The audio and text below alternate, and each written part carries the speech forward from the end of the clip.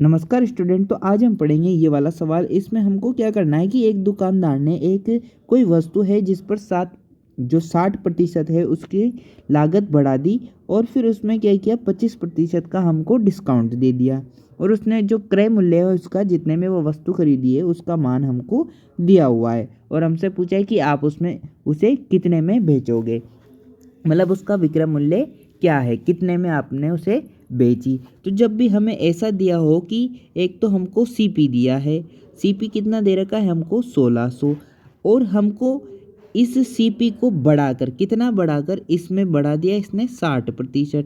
अगर किसी में 60% बढ़ाए तो हम उसको क्या बोलेंगे कि अगर मान लो कोई वस्तु 100 की है और उसे 60% बढ़ा दिया जाए तो वो कितने की हो जाएगी 160 की, यानी कि हम एक तो हो गया हमारा 160। अब उसने उस पर क्या दे दी, छूट दे दी। कितने की छूट दे दी, 25% की।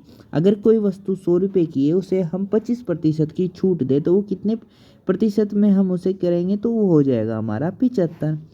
अब हम क्या करेंगे कि हमको एसपी ज्ञात करना है। तो जब भी ऐसा सवाल हो एसपी ज्ञात करना हो तो हमें क्या करना होता है, जो सीपी का मूल्य हमें दे रखा है 1600, इसको हम गुणा करेंगे। कितना प्रतिशत बढ़ाया था, तो इसने बढ़ाया था 60%।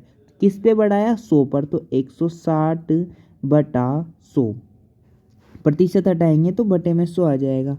और छूट हमें कितने की दी थी, इसने 25 की दी थी, यानी 75/100। यहाँ देखेंगे तो 2 जीरो से 2 जीरो कट जाएंगे, 1 जीरो से 1 जीरो कट जाएगा। 2 के पहाड़े में 16 आते हैं 8 बार में, 2 के पहाड़े में 10 आते हैं 5 बार में, 5 के पहाड़े में 75 आते हैं 15 बार में। अब हमारा साफ साफ हमें कितना कितना दिखता है, एक तो 16 गुणा 8 गुणा 15, क्या क्या मिला है, तो एस पी बराबर एक तो 16 है गुणा 8 है गुणा 15 है और नीचे हमारे कुछ भी नहीं है। तो एस पी बराबर, अब 15 को 8 से गुणा करेंगे तो कितना आ जाएगा, हमारा आ जाएगा 120। 8 15 कितने होते हैं 120। 120 को हम क्या करेंगे 16 से गुणा करेंगे। तो देखो 120 को हम 16 से गुणा कर रहे हैं। पहले तो 120 को 10 से गुणा कर दो तो कितना हो जाएगा 1200, और 120 को अब 6 से गुणा कर दो तो ये आ जाएगा 0, 6 दूआ 12, हासिल 1, 6 1 7, 1200 प्लस 720। तो एसपी हमारा क्या आ जाएगा 02721, यानी एसपी हमारा आ गया 1920 रुपये।